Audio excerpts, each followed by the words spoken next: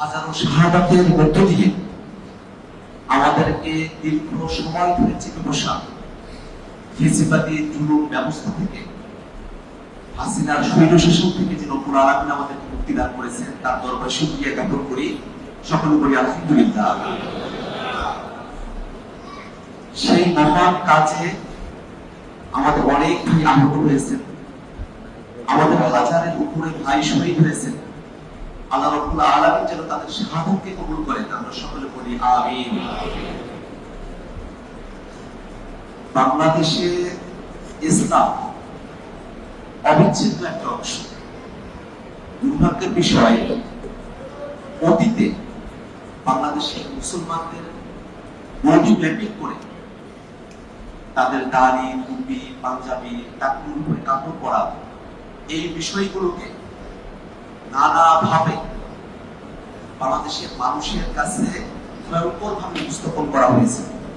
অনেকের উপরে অনেক বিপদ নেমে এসেছে। আমরা এমন একটা বাংলাদেশ চাই যে বাংলাদেশে কোন মুসলমান তার স্বাভাবিক ইসলাম পালন করার কারণে কোনোভাবে আর জুলুমের শিকার হবে না, রাষ্ট্রীয় বৈষম্যের শিকার হবে না, এমন একটা বাংলাদেশ আমরা প্রত্যাশা করি। আমরা একই সাথে এটাও প্রত্যাশা করি বাংলাদেশের মানুষের ইসলাম পালন করার ক্ষেত্রে অন্য ধর্মের উপরে এদেশের মুসলমানরা কখনো বাড়াবাড়ি করে না। অন্য ধর্মের উপরে বিভিন্ন সময় আমরা যে ঘটনাগুলো ঘটে দেখেছি, সেগুলো অনেক ক্ষেত্রে রাজনৈতিক মোটিভেশনের জায়গা থেকে ছিল, ধর্মীয় কোনো মোটিভেশন সেখানে ছিল না। জমি জমা দখল করেছে, বাড়ি ঘর দখল করেছে, সেগুলো রাজনৈতিক কারণে করেছে, কিন্তু দোষ এসে পড়েছিল বাংলাদেশের মুসলমানদের উপর। আমাদের সকলের এখন সচেতন থাকার সময়, যাতে করে বাংলাদেশের মুসলমানদেরকে আর এরকম অপবাদ তাদের কাঁধের উপরে এসে না পড়ে। আমরা জাতীয় নাগরিক পার্টি এনসিপি নেতৃবৃন্দ সারা দেশ থেকে আমরা ধুমধামে পদযাত্রায় বেরিয়েছি।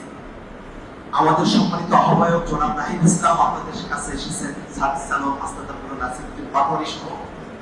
আমরা আপনাদের কাছে দোয়া চাই, আমরা বয়সে তরুণ, যেন আল্লাহ রাব্বুল আলামিন এই বয়সে আমাদেরকে যে হুকুম দিয়েছেন, যে সুযোগ দিয়েছেন, সেটা যেন আমরা দেশ, জাতি এবং মানবতার কল্যাণে আমরা যেন ব্যয় করতে পারি। আপনাদের কাছে আমরা দোয়া চাই।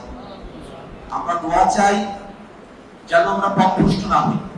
আমরা দোয়া চাই যেন আমরা সাহস নিয়ে এই বাংলাদেশটাকে আমরা রক্ষা করতে পারি, এই দেশের মানুষের নিরাপত্তা নিশ্চিত করতে পারি, এই বাংলাদেশের মানুষের অধিকারগুলো আমরা যেন বুঝিয়ে পেতে দিতে আমরা যেন আমাদের জীবনের সর্বোচ্চ শক্তিটুকু আমরা ব্যয় করতে পারি, এই দোয়া আপনাদের কাছে আমরা কামনা করছি।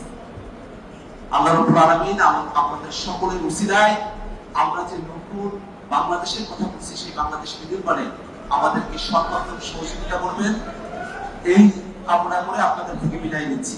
আসসালামু আলাইকুম।